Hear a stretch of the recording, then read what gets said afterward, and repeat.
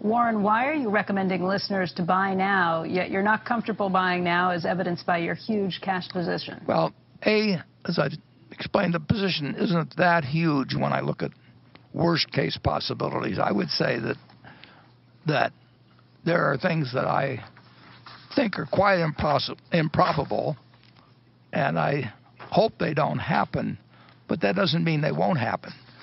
I mean, for example, in our insurance business, we could have the world's or the country's #1 hurricane that it's ever had, but that doesn't preclude the fact we could have the biggest earthquake a month later. So we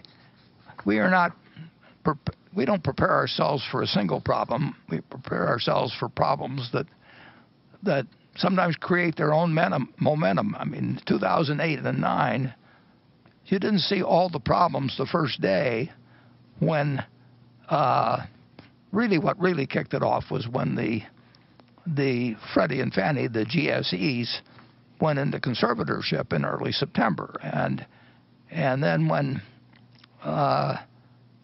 money market funds broke the buck. I mean, there are things that trip other things, and we take a very much a worst case scenario into mind that probably is a considerably worse case than most people do. So I don't look at it as huge, and I'm not recommending that people buy stocks today or tomorrow or next week or next month. I think it all depends on your circumstances, but you shouldn't buy stocks unless you expect, in my view, you expect to hold them for a very extended period, and you are prepared financially and psychologically to hold them the same way you would hold a farm and never look at a quote and never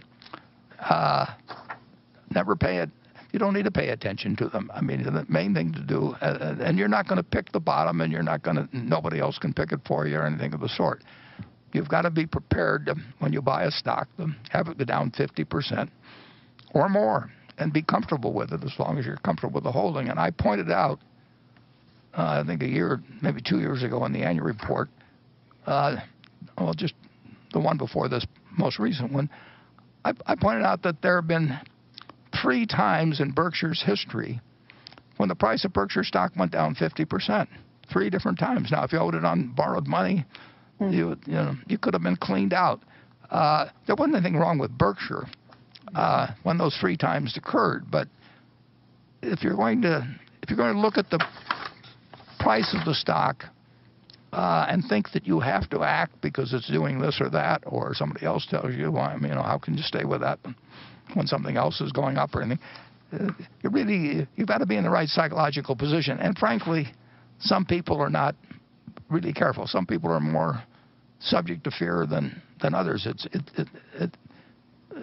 like the virus. It strikes some people with much greater ferocity than others, and fear is something I really never felt financially, but I don't think Charlie's felt it either. But some people can handle it psychologically. If you can't handle it psychologically, then you really shouldn't own stocks, because you're going to buy and sell them at the wrong time. And you should not count on somebody else telling you this. You should do something you understand yourself.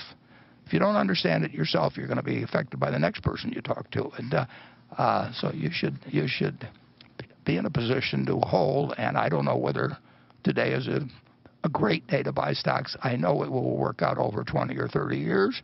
I don't know whether it'll work out over 2 years at all. I have no idea whether you'll be ahead or behind on a stock you buy on Monday morning or the market.